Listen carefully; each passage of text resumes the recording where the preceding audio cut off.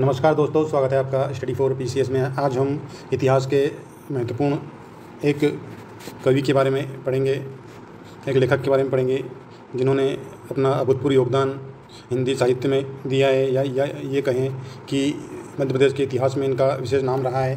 तो हम बात कर रहे हैं भवभूति की। इनका नाम आपने सुना होगा।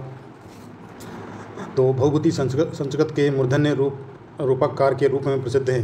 भवभूति का समय 8वीं शताब्दी का है, क्योंकि 8वीं शताब्दी ई के वामन एवं 9वीं सदी के ई के राजशेखर 9वीं सदी ई के राजशेखर ने उनके संदर्भ दिए हैं। भवभूति का जन्म की अगर हम बात करें तो इनका जन्म हुआ है पदमपुर में, जो कि उज्जैन में आता है।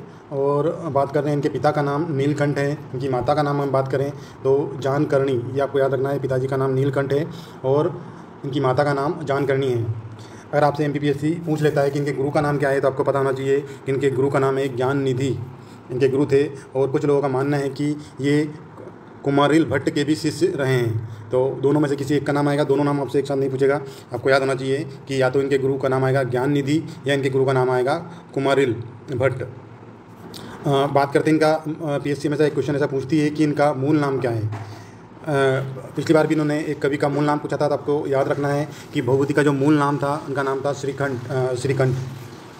जैसा कि इनके पिता का नाम है नीलकंठ, तो इनका नाम इनके पिता ने श्रीकंठ रखा था। साथ में हम बात करें तो दार्शनिक रूप से भवभूति का नाम अम्बेक, याद रखना है आपको, अम्बेक इनका क्या है, दार्शनिक रूप से इनका नाम रहा है। और इनका जो मूल नाम है वो याद रखना है आपको, श्रीकंठ।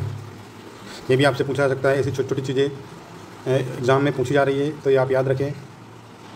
कलहण के अनुसार उन्हें कन्नौज नरेश यशोवर्मन, आपसे पूछ सकते हैं कि ये किस राजा के दरबार में थे। तो आपको याद होना चाहिए कि ये यशोवर्मन जो था कन्नौज नरेश, उसके आश्रय में रहे हैं तथा वे उज्जैनी के निवासी बताए जाते हैं। ये भी आपको याद रखना है। साथ ही आपको याद रखना है इनकी प्रमुख रचनाएं। तो इनकी प्रमुख रचनाओं की अगर हम बात करें तो इनके 3 प्रमुख नाटक रहे हैं। एक रहा है महावीर चरित्र, दूसरा रहा है मालती माधव, तीसरा है उत्तम राम चरित्र, जो कि बिल्कुल निराले ढंग से लिखे गए हैं। बात करें इन नाटकों की तो जो मालती माधव है, ये इनका सबसे लोकप्रिय नाटक रहा है। मालती माधव का नाम याद रखें, जिसमें एक छात्र का उज्जैन दरबार के मंत्री की कन्या से प्रेम के बारे में चित्रण किया गया है। और बात करें महावीर चरित्र, तो महावीर चरित्र रामायण पर आधारित है। साथ ही बात करते हैं उत्तर राम चरित्र की, तो उत्तर राम चरित्र जो है ये भी रामचरितमानस के ऊपर ही इसके पात्र हैं। इसमें राजा राम जी के द्वारा सीता जी का निष्कासन के बारे में बताया गया है कि इस प्रकार उस समय उन्होंने किस प्रकार का अपना चरित्र दिखाया।